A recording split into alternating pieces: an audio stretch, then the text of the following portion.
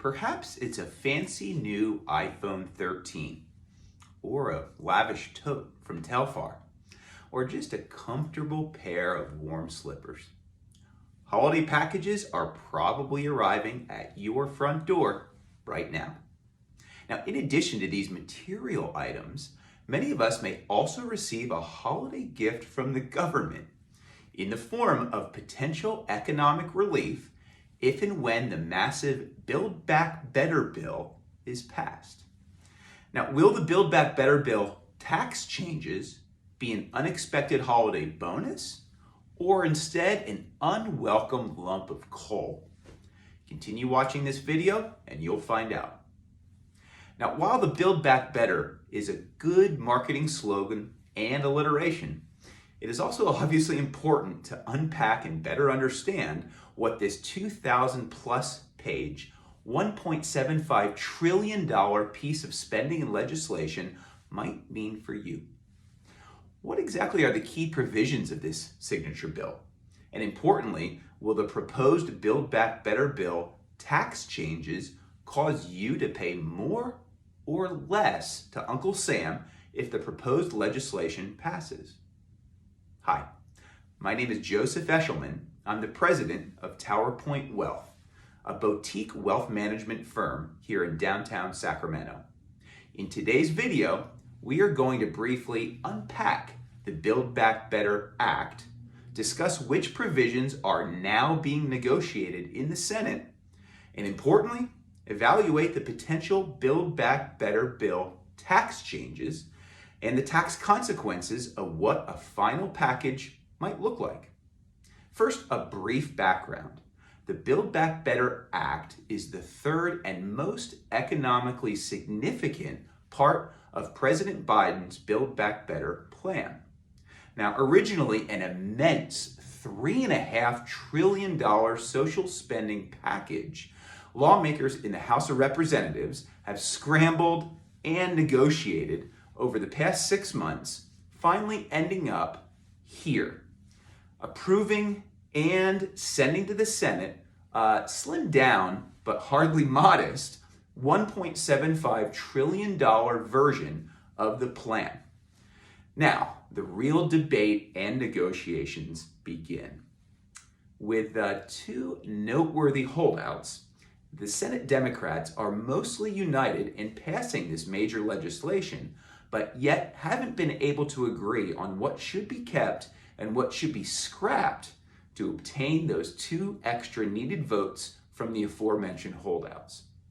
On the flip side, and unsurprisingly in today's very partisan political atmosphere, all 50 Senate Republicans are aligned against it. Now, regardless of whether you are a Democrat or a Republican, and regardless of whether you agree or disagree with the need to pass this immense bill, at Towerpoint Wealth, we do believe that it is not an if, but a when some version of this legislation ultimately does pass and become law, even if it's not until 2022. And while the final terms are obviously still unclear, the bill is proposing to make major changes to 4 main areas. 1, social services and programs. 2, clean energy. 3, immigration. And 4, Build Back Better taxes. As Joe Manchin, senator from West Virginia and one of the 2 Democratic holdouts who is squarely in the middle of this debate, said, we should be very careful what we do. We get any of these wrong, we're in trouble. While this video is intended to focus on the proposed Build Back Better bill tax changes, first, we want to just briefly break down the other 3 main areas. 1, social services and programs. Now, more than half the cost of the current Build Back Better legislation is devoted to expanding the social welfare state in 2 specific ways. 1, spending to help families with children, and 2, spending on healthcare. Provisions of the Build Back Better Act that are designed to help families with children include an expanded child tax credit, which would make permanent the credit's increased availability to the country's poorest families, and also keeping at least for one more year the current supersized child tax credit, at least for all but the wealthiest of families. Additionally, a controversial component of the bill includes an ambitious plan to help millions of families with children under the age of 6 get affordable childcare for the first time, subsidizing most or all of the cost of this childcare at licensed providers. Thirdly, a major expansion of funding for pre-K programs is a focus. And lastly, the funding of paid leave for workers who become new parents or who are seriously ill. Now, the White House has already agreed to drop this paid leave option, as Senator Manchin is opposed to its cost. So the provisions of the Build Back Better Act that are healthcare related won't include that. However, those provisions do include a specific major expansion of in-home care funding for seniors and the disabled, as well as the expansion of Medicare to cover hearing benefits. Additionally, in the bill are subsidies to fund and help people pay for Obamacare insurance plans, and there's a proposed expansion of authority that would allow Medicare to negotiate potentially lower prices with pharmaceutical companies on prescription drugs, and to limit how much out-of-pocket spending recipients need to do for those pharmaceuticals. 2, clean energy.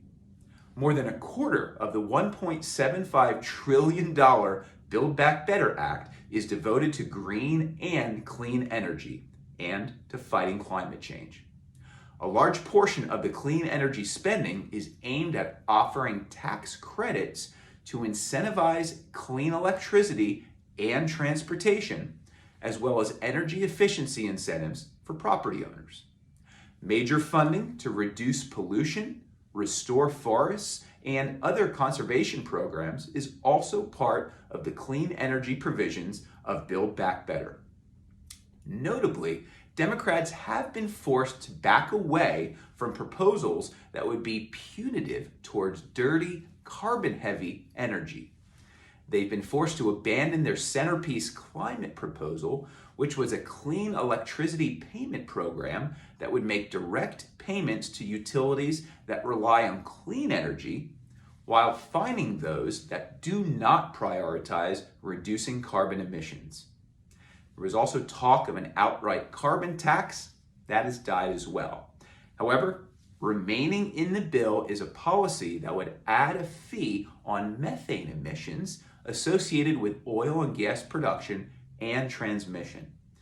So Democrats are hoping to discourage such emissions with the new fee and are working to gain Senator Manchin's approval on this measure as well. Number 3, immigration.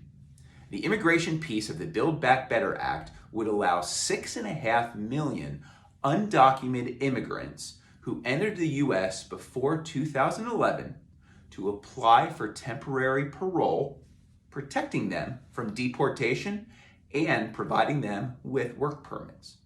However, this provision is facing rejection, not because of the cost or any anti-immigrant sentiment, but because of what's known as the Byrd bath. This is a process of determining whether a provision is extraneous and or a regulatory measure more than a budgetary one. Now, facing the Byrd bath means that immigration policies allowing legal status for young dreamers and others might be considered outside the scope of what can be done during budget reconciliation. So budget reconciliation is a key rule which allows for only a majority vote instead of the standard 60 votes to pass or reconcile laws specifically pertaining to federal tax and spending. Number 4, the coup de grace, proposed Build Back Better bill tax changes. Now, the proposed Build Back Better bill tax changes would raise a significant amount of tax revenue from the very wealthy and corporations, and also offer a proposed tax cut for those who live in high income and mostly blue tax states. Now, originally, President Biden's initial Build Back Better plan was to raise taxes on families earning more than $400,000 a year, which would have overturned the Tax Cuts and Jobs Act passed in 2017. However, holdout Democratic Senator Krysten Sinema of Arizona balked at this, saying she wouldn't accept any additional higher tax rates, not for individuals, not for capital gains, and not for corporations. So instead, a significant and updated House proposed Build Back Better bill tax change would impose surtaxes on taxpayers with extremely high incomes. When would these surtaxes kick in? When adjusted gross income eclipses $10 million a year, a 5% surtax on income would be applied. Additionally, taxpayers would be subject to an additional 3% surtax on any income over $25 million. Clearly, these proposed Build Back Better bill tax changes would only apply to very high income earners. Now, something else to keep in mind, the surtax is applicable to that $10 million and $25 million thresholds. That includes capital gains taxes. So if you have owned highly appreciated securities, think Apple stock or Tesla stock or Amazon stock for a long time, and then sell your shares and realize a large capital gain, that income is also included when calculating whether or not you would be subject to these new surtaxes. Additionally, another major Build Back Better bill tax change would be to increase the state and local income tax deduction, commonly known as the SALT deduction.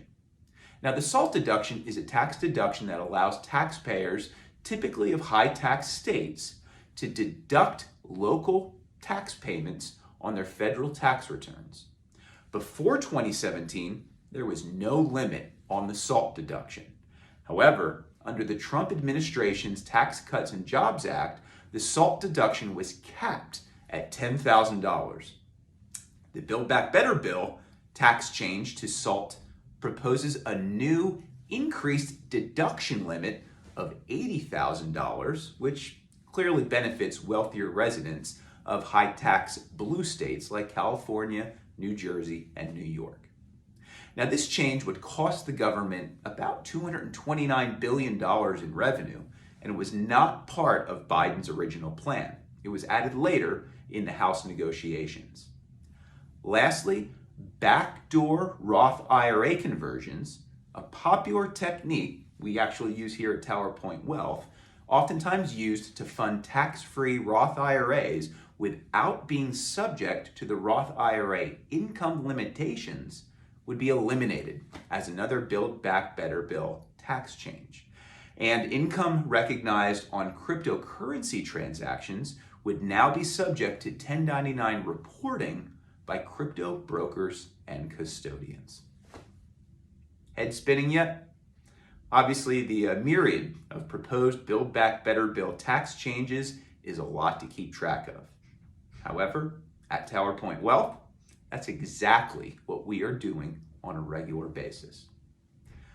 Considered by some to be the most consequential economic legislation in the past 50 years, negotiations on the Build Back Better bill are far from over.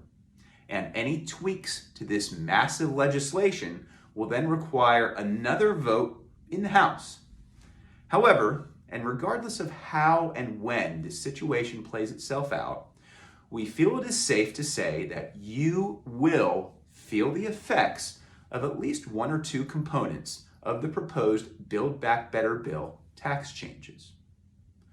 Do you have a plan to properly manage and coordinate all of your financial affairs, and a strategy to be a successful long-term investor by growing and protecting your wealth and investment portfolio even during these turbulent times? Here at Towerpoint Wealth, and unsurprisingly, like advisors working at major firms on Wall Street, We are a fiduciary to you and have a legal obligation to act in your best interests 100% of the time.